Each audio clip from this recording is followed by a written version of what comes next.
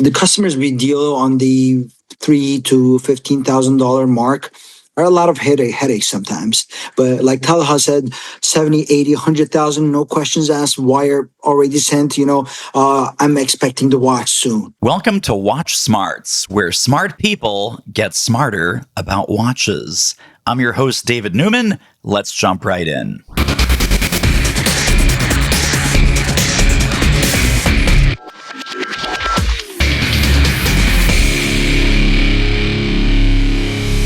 Well, if you ever wanted the inside track on what is going on with watch trading, buying on the secondary market, selling your watch on the secondary market, you are in for a treat. I have the two gentlemen behind Aslan Watches, Mr. Ibrahim Cetiner and Talha Connor. Welcome to the show.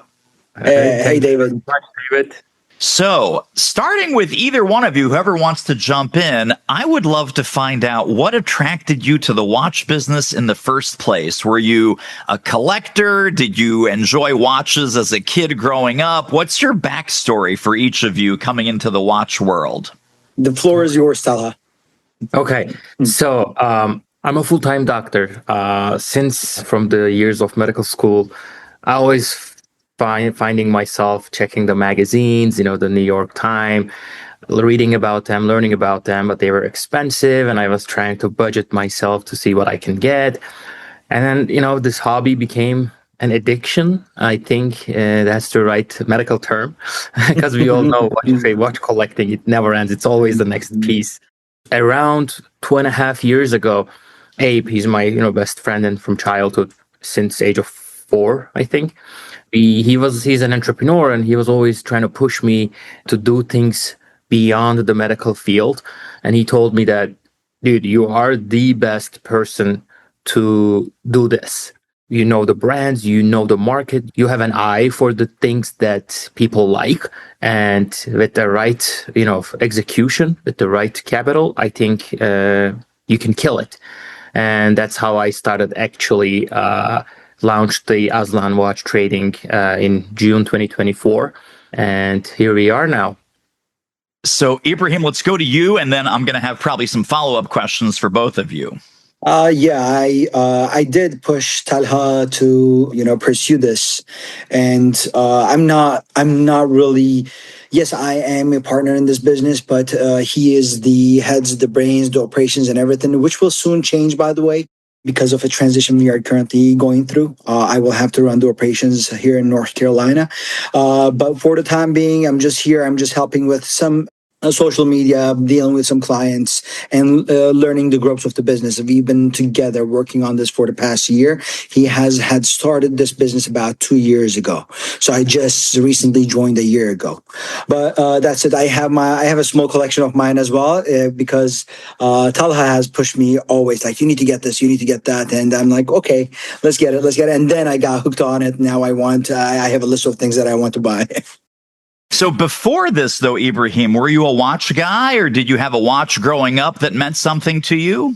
I have not. I was, the typical guy who would want a Rolex, and I've always wanted one, but I did not get it because of the wait lists, the secondary market being too expensive and all. Yeah.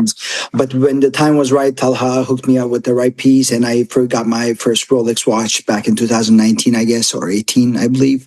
Yeah, I think around 18. We paid $9,600 for a 40mm ceramic sub. Wow. That was not my first watch, though. My first watch was a PAM 777. That's how I started collecting. And that was Talha again. He pushed me to get it. And it hasn't been much of a hobby for me, but with him, constantly pushing me to get something, that's when things started to click, and I was like, okay, all right. And then I get it. I started getting accustomed to all these beautiful complications and all, and here I am. Yes. Now, Talha, you said that this had become sort of a obsession/addiction even before you started the business. What was your path into watches and watch collecting? No, I guess I always like, artsy, unique, special items in my life. It doesn't need to be specifically expensive or not expensive. It's all about the thing that has some value in it, and only people who understands, if they know what it is, that field kind of I was gravitated towards Yeah. the art of it more than anything. Like, even when I created the company, I was like, okay, Abe, because he's an entrepreneur and he runs 7-figure businesses. I said, for me, if this business goes well, I can just buy my watches from this company, and hey, I'll have a perfect collection. And obviously, at that time, it was just a dream, but now it kind of surpassed my 9 to 5 physician position. Wow, how exciting. I'm curious, what was the first watch that you bought with your own money when you started getting into this? Do you remember? Back then the Panerai was a big thing, 44 millimeter Luminor case, the Italian story and all that. So when I was a resident, was paycheck to paycheck lifestyle, I purchased a Panerai base logo for like 3K, did a payment plan.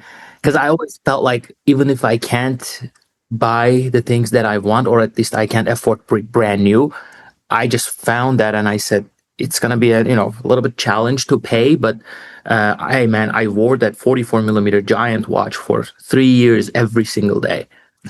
That's great. For both of you, again, I'm curious, do you have family members or role models or mentors who sparked your interest, or who, once you developed an interest, they were encouraging you to go further with it? I mean, to me personally, I'm kind of a self-driven person, but the more you read the forums, the Facebook groups, and when you get to go to an event at the authorized dealer, you see other people. So kind of the watch community itself and the social media in the last 4 years, it's crazy. Every day you wake up and see 10 watches before you check the weather. Yes. So I think that's kind of my thing.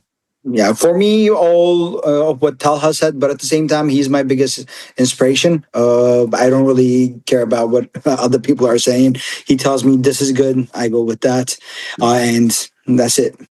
Well, let's talk about this watch trading business, because it's funny there, and we can take this from a couple of different angles.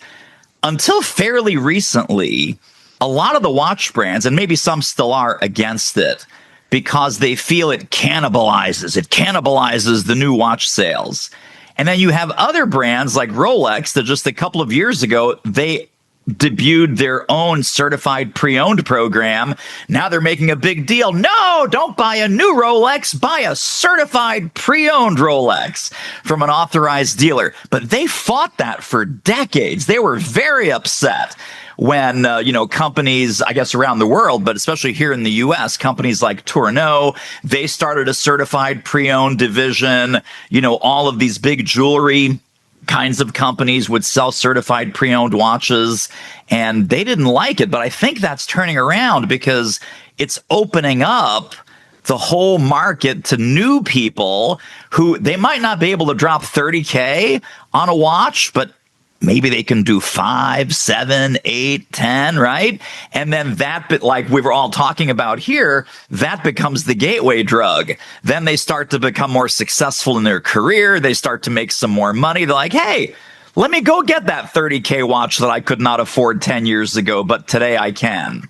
So give me a little bit about the stigma, or some of the misinformation about the whole pre-owned watch world.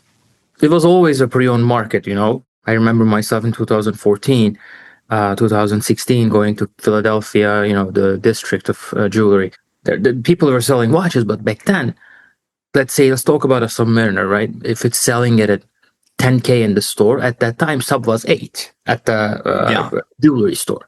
And it had nothing to do with damaging the Rolex buyers or the watch market. It was a usual thing. You buy a car, you buy a certified car, you buy a pre-owned car. It's the exactly same thing. But with the COVID hype, 2020, 2019, 2021, at that era, people just, I guess, the realization of watchmaking, and people needed to fund some hobbies. It just blew, And then Rolex they're not stupid. They said we need to control our own pre-owned market. And that was a very crucial decision, as you said. But hey, now they're selling extremely inflated priced certified pre-owns, which is mind boggling, but some people prefer them. And some people prefer people like us. Quick commercial break here to ask you, have you seen all of the cool resources, downloads, and guides waiting for you at watchsmarts.com? Go check it out. You'll love it. Ibrahim, as the business guy, how are you looking at this trend of certified pre-owned going up market, down market, all kinds of ways? I don't really have too much of an introspection towards this. However, me having been in many industries, people typically do not go with that. The certified part, people will tend to choose the gray market and then will pursue people like us. That's what I would say. Let's talk a little bit about some of the independent brands, some of the brands that people might not have, ordinarily come up in everyday conversation, whether they're, sort of mid-range watches or even high-end watches. Talk a little bit about what some of your favorite, underground brands that people might not have heard of and might not be on the cover of some of the watch magazines or on the YouTube videos.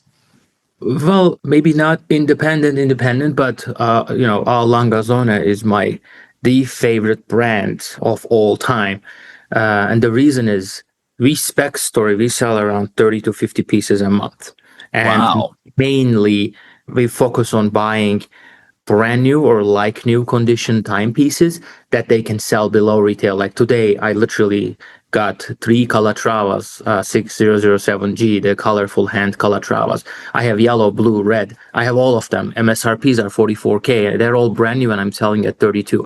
That's my niche because when people buy something from me, I want them to be happy and appreciate it. And they know that the downside is pretty low compared to buying, brand new. But Lange market is trending up big time. Every 6 months, I can say 3 to 4% increases from the market that we source. And it's just phenomenal. Their entry-level brands are exactly the same definition and the same watchmaking as a 100K watch, as opposed to when you look at the Patek, even the Audemars, when you look at the entry models, like the cheapest watch in their entire catalog, they feel different when you go to their 100K watch. When you look at it, when you touch it, hear it, crank it, it's different. But Lange, all the same. You can be a millionaire, billionaire, you buy a 20K Lange, it'll feel still the same as a $200,000 Lumen honeycomb, rose gold Lange one. That's my take home. And independents are beautiful. People are and people like us. I don't know about your watch collecting journey, but people like us, they tend to go through the Rolex phase, some Omegas, some Pams, and then after they see all these watches and they go to gatherings, 80% of them wearing the same brand, they're like, that actually doesn't excite me anymore as it was for 4 years ago. What should I go through? That's where the independent brands are coming. I think they're rising very strong. People are appreciating it, and it's perfect. They push themselves to be innovative more than the bread and butter brands because they got to do something to get out of that basic, watch dimensions, complications, classic look. And that's insane. Like the Bethune, Arnold and Son. Like there's so many brands that I kind of envy when I look at them, and hopefully their prices come down to a little bit better when it's pre-owned, so I can get one or two of them this year. Right. With both of you, just in your everyday life, when you're out and about, when you're talking with friends, when you're dealing with patients, what is it that catches your eye when you're looking at a watch? What is it that makes you stop and look twice at a watch? To me, I can tell when I get into a room, 10 people, probably in 20 seconds, I know who's wearing what. That's just back end always working. Yeah. And I'm not going to lie to you. If I see 4 Daytonas, 1 Datejust, and 2 Omegas and all that, I'll be like, very nice watch. People are, here, they're cool. They know about watches and all that. But if I see a nice, I don't know, maybe old Cartier from the Tortue collection, or I don't know, a Lange Söhne, or a nice Patek that is older, and I can tell that this person got it probably pre-owned because of his age, that kind of pulls me towards that. I'm like, hey, tell me about it. How'd you get this? Because all the other bread and butter stuff, you go to OAD, buy, or you just go online and buy one. And that's my take. Yeah, I can immediately see and understand that as well. And then the watches, just for me, apart from it being a hobby and all, serves as a signal. So I look at this guy's wrist and I'm okay. This is somebody I can talk to, and then maybe take it further and talk business, whatnot. It's not Yeah. about flash, like Yeah. it's for the majority of the people. Actually, it's not about flash. They, like, some people, they even don't like gold, but they're wearing a gold watch because they just love that piece. I think, like, a non-watch person, when they look at us, they might say, "Oh, these guys are wasting money, or they want to be flashy. Who needs this amount watch on their wrist?" But you and I know that that's not the reality. Maybe some people in Miami, but the majority of the people, it's not the case.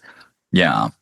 I'm curious, having all the experience that you have as collectors, as entrepreneurs, as watch traders, can you think of something that took you way too long to realize about the watch world, or took you way too long to understand about the psychology of buying and selling? There are definitely people who needs the authorized dealer boutique experience, because they will never be happy without that. So that being said, it's not true to call someone an idiot to pay $15,000 more, but instead they can get the same watch for $15,000 less. That's not the case, because working with these people every day, same watch, some people want brand new 2026 April month, and some people say 2022 doesn't matter, and some say, no, I gotta go to the AD, shake their hand, get the environment, drink the champagne, smiles. So it's a market open to what you need, and it's totally okay. A lot of people buy from AD, and then they know people like me as well, so they move other stuff with me, and they still keep buying from AD. I have ADs that I'm a professional trader, but I have my own collection, and I have an ongoing relationship with them. I don't flip necessarily watches. Yeah, that's what I wanted to say. It's a choice what you want to do with your own money and what you expect from it. Ibrahim, any lessons come to mind that took you longer than you would like, as far as either business lessons or watch world lessons? For me, I think it would be initially when we first started this, or not the business, but when we first got into watches, it was, oh, Rolex. It's, oh, we got to get a Rolex. But once you're in this world and you're trading stuff, that just dissipates into thin air. You are like, okay, what is Rolex? Like that. No offense. Sometimes we joke around with Talha. It's like, it's a peasant watch. Let's not get into that. Let's not get any more Rolexes. Those are expensive, well-paid peasants. Expensive, well-paid peasants. But I totally get it. I mean, right? Everything is in a range, and people need to invest in a range that they're comfortable. And this is not to offend anybody. This is not to offend anybody. Sure. But once you're in this world, it just changes. Your scope, your vision changes completely. Absolutely right. Absolutely right. There's also another thing that people should be careful. We don't stock Rolex most of the time. The issue is there are so many problematic pieces out there circulating. It could be altered movement, could be, I'm not talking about glass or bracelet. I'm talking about the movement being taken apart, and some pieces are altered, like they call it a Frankenstein movement. The case can be gold, but the movement can be fake. So, and sure, I have the ability to pursue and clear everything, authenticate with the watchmaker and all that, but Rolex margins are so thin, and there's so much risk involved. That's why Rolexes, what we do is we source as request based, because I can buy any given Rolex today and deliver it to you tomorrow through the dealer network, put a little bit, a couple % commission, and find it for you. But what I do with my own money, I chase the value. Like, I have a Vacheron Constantin yesterday arrived, 4020T. It's an open face annual calendar, right? Beautiful, 60K retail. I'm selling it at 36. Pateks, entry Pateks. I have a Patek World Time 5330G. Beautiful, brand new, 85K retail. I'm asking 65. So that's what we're trying to build a company towards. Like European Watch Company. They're those colleagues that I know from them. They're beautiful. That's kind of my role model. An audience. What we're trying to do is an audience that understands the value and hopefully do business with us. We don't really sell Pandas or Pepsis for 30, 35, because I don't enjoy taking someone's money for a stainless steel Datejust, which is a $10,000 watch. I feel bad when I charge someone 18. I'm not making 8K, as you know. If I make 500, good day. But really, but some people, I now understand. Some people, they really want it, and they're never gonna move from their location in terms of collecting journey before they touch that product. And I explain them, and if they say, we totally understand, we appreciate you, and I want this, and I say, absolutely. So that's my take home. We sell a bunch of Rolexes every week, but we tend to not stock them. I'm sure you both have some very colorful stories about watch deals, watch negotiating, some characters. We don't need specific people, but some typical types of characters in the ultra luxury watch collecting world. What are some of your favorite stories or some of your favorite characters that you can tell us about? Well, Abe can tell us. We have a partner in Hong Kong that we serve international, and we have clients in overseas. We send our watches to them sometimes, $80,000, $100,000 watches to their store, and the client goes to them, give the money, and they send us the money. We never even see these people. I've never stepped into Hong Kong in my life. This industry, the business, the trust is everything in this industry. Yeah. If you lose the respect and the trust, it can take 10 years to build the level where you need to be, you can really mess it up with one wrong deal. So that people don't, that's why they say don't choose the dealer or buy the dealer, not buy the watch. It's really important. You need to be dealing with someone who's around and who seems to be doing constant business with people you know or you're familiar with. I don't know if this is your question, but I wanted to tell you that this trust, people trust each other without even knowing them. The amount that people's are annual salaries, it's like mind-blowing. It doesn't make any sense on any given finance book. But hey, I just wired $76K to a guy in New York. I probably can't see him I can't know him on the street if he walks by through me, but I'm expecting 2 pieces from him tomorrow. Hopefully he ships. But I know that he will, because he has a huge reputation, has a store. That's really interesting that maybe normal out of business people in the watch industry will understand. Because wiring even $1,000 to someone is a big deal. That's right. Get scammed, but talking about hundreds. And this may not correlate to what you're asking. It may not be a specific story, but it's a beautiful business lesson we are facing on a daily or a monthly basis. What happens is the customers we deal on the $3,000 to $15,000 mark are a lot of headaches sometimes. But like Talha said, 70, 80, 100,000, no questions asked, wire already sent, I'm expecting the watch soon. Okay, beautiful. It's a beautiful lesson, and it always reinforces the idea with me and Talha that let's not deal with sub certain level watches, and let's just delve into more expensive watches where we can deal with the actual people who are not really worried about the transaction. Yeah. There's also another point, there's a reason too. Another reason is we don't have a shop yet, a boutique that we have employees that can take care of every single questions. Hopefully that's the goal in the next 2 to 3 year mark. But when you're dealing with as a 2 young entrepreneurs with families and other responsibilities, basically we would like to limit the problematic leads. And unfortunately in watch industry, problematic leads come from sub 4K pieces because scammers are in there. A lot of people, they don't know what to do. They're in there. That's the purpose. Otherwise, I have colleagues in this industry making way more than what we do, and all they sell is 2 to 3K watches. The margins are better sometimes. You buy 2K, sell 3K. ROI is 50%. But what I do, if I make 5 to 7%, I'm happy. So it's what you choose, and we prefer to deal with a little bit higher end pieces because of our time consumption and energy focusing, basically. I'm curious, for the level of watches that you typically deal in, What is a watch that you feel probably gets too much attention? Not that it's a bad watch, but it just gets too much attention from the media or from journalists. And then what's an underrated watch? What's a watch that's not getting enough media or attention or love from high-end collectors? Abe, tell us about our Piaget that we sold twice. The Polo gold skeleton. Beautiful, beautiful piece. I mean, yes, initial one was pretty quick, like within 3 to 4 weeks we have sold, but the second one took a little longer.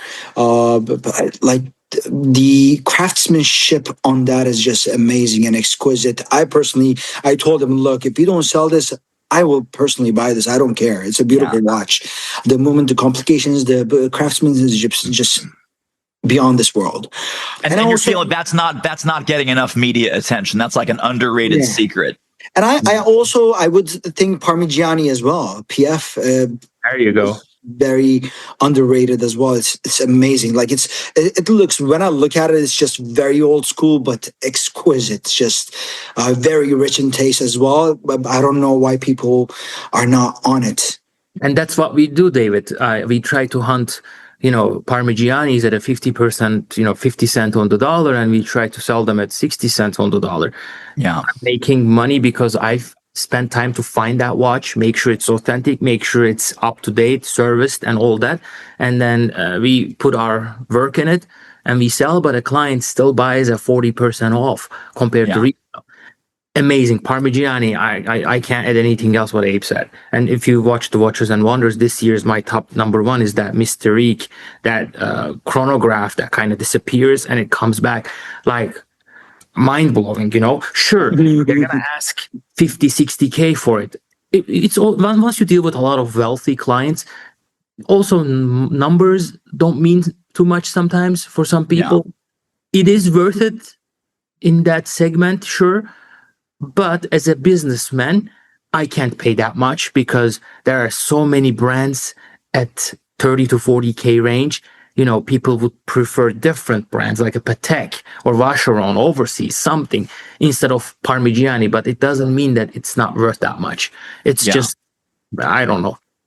I'm also wondering on the other side, and I'll start us off with something that you may or may not agree with, because I ask all of my guests that are dealing in all kinds of watches, all kinds of levels, what's the most overrated watch, or what's the watch that gets too much hype or too much advertising. A very favorite punching bag is Richard Mille. Right? There's extreme watches, enormous, crazy designs, 500K, 1 million, 1.5 million price tag. You don't have to pick RM, but I'm curious, is there something similar that you're just like, oh, come on, these guys again? Who gets too much time in the spotlight that might not deserve it? To be honest, I love Richard Mille. I actually have my eyes on a 6701 Ti. I mean, look, it's different strokes, right? Different strokes for different folks. Yes, very overrated. You're right on that front. However, when you're looking at it, when you're feeling that watch, those watches, especially the extra flat ones, oh my God, the way the glass is just on it. I don't know how to explain it. It's just an emotional thing for me, and that's one of the things that I really want to purchase. And I've been eyeing on it, looking at the market for the past 1.5 weeks or not. I, by the way, recently just got divorced. So I've been, my eye has been wandering around. Although it is very overrated, they have beautiful watches. And I would say some Patek Philippe watches overrated. I don't know how Talha would feel about that, but that's my personal point of view. Well, definitely. I mean, I think the most overrated watch on the entire planet is Panda Daytona. I knew this would come back to Rolex. I just knew it would come back to Rolex, but that's okay. $16,500, very well made stainless steel, beautiful, handsome watch. Yeah, but it's not a $35,000 watch. Yeah, that's a fact. I know it's market demand, supply, price defines the price, and totally fine. If someone wants a Panda, they can call me. I'll sell them tomorrow. Make my own cut, and also Aquanaut Simple Date 5167A. I think. Yeah. like for real, a 70,000, 80,000 for a 20K, 30K basic stainless steel piece. And when I was in New York during their trainings, I remember seeing those watches on display. Nobody liked Aquanauts. I don't believe that now all of a sudden everybody started liking them. It's all market manipulation and pushing the scarcity, controlling the supply from the corporate brands. And wow, now in order to buy one Aquanaut, you need to spend 3 different complications with Patek Boutique to get one. But at the end, you're gonna lose 10 to 20K each, and then you're gonna buy one at the retail. Like, if your goal is to own one Aquanaut, just go buy pre-owned and hope that it doesn't collapse on your wrist. Right. But it actually keeps the value. So that's why, as like Abe said, Richard Mille, is it worth that much money in terms of how much you spend? It's a question, debate. But if you buy one and a good decision, resulted product on your wrist, then the question is, how much am I going to lose? If I'm not losing more than 10%, you can wear $1 million watch. It's all about how much you have, because you know that 900 is liquid. Yeah. And that's what it matters for a lot of business people and who buy these higher end, Richard Milles, FB Jones. They know that they can still be liquid at some level. And otherwise, if it was selling 200K in the gray market and 500K in the boutique, nobody would pay 500K. Hey, David Newman here with a quick commercial break. Have you seen our social media channels that have video snippets from our favorite interviews? Check us out on TikTok, Instagram, and YouTube. Now, back to the episode. I'm curious, tell me a little bit about the world of negotiating. And I guess I'm talking about negotiating on 2 different levels. One is you negotiating with your sources about, getting inventory. And the other is for, and you mentioned about buying a car, certified pre-owned car, certified pre-owned watch. Sometimes there's some negotiating in that world as well from the buyer to the seller. So whether you're negotiating with one of your sources, give us a little bit of a picture of what that looks like. And then when and how is it appropriate for buyers to negotiate with you? Well, maybe it could be a recommendation for the listeners too. As you know, many watches, especially I'm talking about Chrono 24 and eBay, there are fees associated. And then as a seller, you always expect that you got to add some room in it, because 90% of the people will ask, what's the best price? My answer is, what's your offer? If we are far, we are far. If we're not, we're not. And don't be hesitate to ask. Do not ask people, how much can you do, or how much cheaper can I get? Define a price in your mind that you can pay. You're ready to pay, and then offer that number, because that's what dealer market is. I just bought 3 Calatravas yesterday, just arrived today. I know the market. I know the dollar that I will pay. So 2 of them were offered to me. I said, okay, sold, ship it to me, memo it. And then the third one was a $700 higher than what I would like to pay. And I say, I will pay this much. And he said, okay. So you got to know your number if you're in this business, because every single person will try to take advantage of you if you don't. Yeah. And that's the fact. Nobody really cares about you. If you can pay I did the same mistakes. Abe did the same mistakes. We overpaid bunch of things. And every time when we have inventory, we always have 10% of our pieces probably overpaid, and we're trying to sell at what we pay for. And sometimes it's business, we have a couple pieces that we're going to break even, or we're going to lose a couple thousand on them. But that's okay. I know the data. But in dealer market, first of all, you should know your numbers, and you offer the number that you can wire instantly. Yeah. People hate, in theory, negotiations. If someone comes to me and tells me I want to buy this, I'm offering you 200,000. And if I say yes, and if he says, okay, let me think about it, done. Now the price is 220. That's right. Down. Dealer to dealer, many clients, sometimes I get overwhelmed, and a lot of family, kids, some bad deals. Sometimes I act like my client is a dealer too, but then I apologize right away, because they're not. They don't know. Yeah. It's not the industry that they're in. They're genuinely asking, it's an $8,000 watch. They're asking, can we do 6? Maybe that's the exact money he can afford. So I try to educate people. You know what? This is the best we can do. This is the market. Yeah. Hopefully we can meet somewhere. Or I really apologize. This is impossible. And people understand if you're not pricing ridiculously high. People understand. People value your time. Like some people tell me, like, okay, you should charge this. Although I can buy it a little cheaper from this guy, I will pay you this much because I want to call you. Basically, that's the not hidden detail, because I want to call you in 3 months if something comes up, or I'm going to call you if something comes up in a year that needs a service. That's why people pay what we cut. And I got to do my due diligence and make sure that the product I deliver is exactly what it is, and everything has a cost. No, that makes sense. It sounds like the lesson there is intelligent negotiating while respecting the person's time and respecting their intelligence also.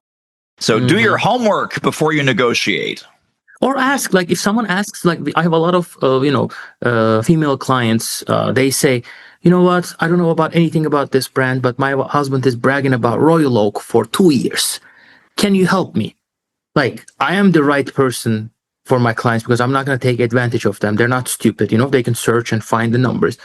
We do like a Zoom session, go over the chrono comps, explain them the what models, what sells better, what doesn't sell, what keeps value. And they decide. I say, okay, I can do 48 for this. And there's no negotiation because I literally advised you to buy this. And a lot of people making money now because I've sold them APs or Pateks last year. They're happy. Right. Guess what? They come back. Their cousins, their nephews, their teachers. You can't even imagine how many referrals come from just one good client. Yeah, that's very, very important for sure. Well, as we're landing the plane here, I'm going to ask each of you sort of a quick lightning round of like A or B kinds of questions. And then I'm going to ask you if you have any final thoughts or any final parting words of wisdom for our listeners. But Talha, why don't we start with you on our lightning round? Then Ibrahim, stand by. You're going to get the same questions in about 60 seconds. So my first lightning round question is strap or bracelet? Bracelet. Vintage or modern? Modern. One great watch or 5 good ones? One great watch. I think I know the answer to this fourth one. Buy new or hunt for pre-owned? It really depends, because I know the industry. If something that I'm going to lose a little bit and I'm going to win overall in the long run, I would buy brand new. But the delta from the brand new to pre-owned is, to me, if it's more than 10K and if there's no future benefits of new allocations, 100% pre-owned. Also, I want to add this. If you are buying one piece every 2 years and if you don't have a position where you can collect once they offer you things, if you don't have a certain budget for certain brands, then buy pre-owned, buy the best one you like, close the chapter. Yes, that's a great point. And then final question is loud watch or quiet watch? I have both. Like my AP, that 38 millimeter Royal Oak. To me, it's not a flashy, it's stainless steel, but if you know, they're like, oh my God, that's a good one. So I want to say quiet. I would categorize that one as a quiet watch also. Because who I am, I see patients, I take care of people who have pain and their kids, their families. I see people. I don't want that impression on me. Hey, I have a white gold Daytona with the oyster flags. Probably someone will know more than what this is. But I put it on at work because, you don't want to be labeled as something that you're not. Right. Exactly right. So, Ibrahim, same questions if you're ready. Yes, sir. Question number 1, strap or bracelet? Bracelet all day. Vintage or modern? Modern all day. One great watch or 5 good ones? One great watch. Buy new or hunt for pre-owned? So that's where me and Talha will differ. I even if it's some kind of a loss there, I would typically want to go with brand new. And then loud watch or quiet watch? A quiet watch. I mean, if you are considering this a quiet watch, definitely I would go with a quiet watch. But of course, I do have some loud tastes. Yes, perfect. I think he's gonna wear a very loud watch if he can. Fair enough. Oh, there you go. Any parting words of wisdom or final closing thoughts for our listeners from each of you? And Talha, we can start with you. Well, people can find us online and reach us out if they have any questions. But a listener's take-home point should be: do not just buy something that you see on Instagram. First of all, you're more likely to be scammed than not. Your hard-earned money deserves something that is, well spent. Don't look at the cheapest watch, please. Whoever is listening right now, do not look at the cheapest option, because when something is too cheap, it's too good to be true. That's when this story comes up. Do your research, and once you understand, okay, this piece is, let's say, 5 to 6K range, and then you decide. You can pay me 58, you can pay someone 55, and then you can decide that this guy deserves 300 more than this guy. But I really feel bad whoever gets scammed, and it happens every single day that I get from the texts. It's just not cool, we should be very careful. Yes. And tell people where can they go as far as Aslan Watches? What's the best place? Website, social accounts? How can folks get in touch? Yeah, we have Instagram is very active at Aslan Watches. We have, aslanwatches.com, Chrono24. We are an approved dealer with many reviews. eBay, I just sold 2 today. We are everywhere. If you start digging, and our pictures will stand. We have a specific way of taking them. But it doesn't need to be me. I just want to make sure that this scamming people for timepieces is just super sad. Sure, absolutely. It hurts everyone in the industry and all the collectors. Ibrahim, how about you? Closing words of wisdom or final thoughts? I would just say do your due diligence, and if you need any support on our side, we are more than happy to help. I'm not trying to capitalize on anything, but actual help that people may need, because that's what we are. That's who we are. Well, gentlemen, thank you so much for a very informative, very exciting interview. And we will post all of those links in the show notes so people can absolutely get in touch and do a little shopping, do a little browsing, and see what's in the inventory, and then reach out to you for some advice as well. Absolutely. Thank you, David, for your time. And that wraps up another episode of Watch Smarts. Listen, if you love this show, if you love watches, subscribe, download, leave us a rating or review on your favorite podcast platform, and check out all the free resources waiting for you at watchsmarts.com.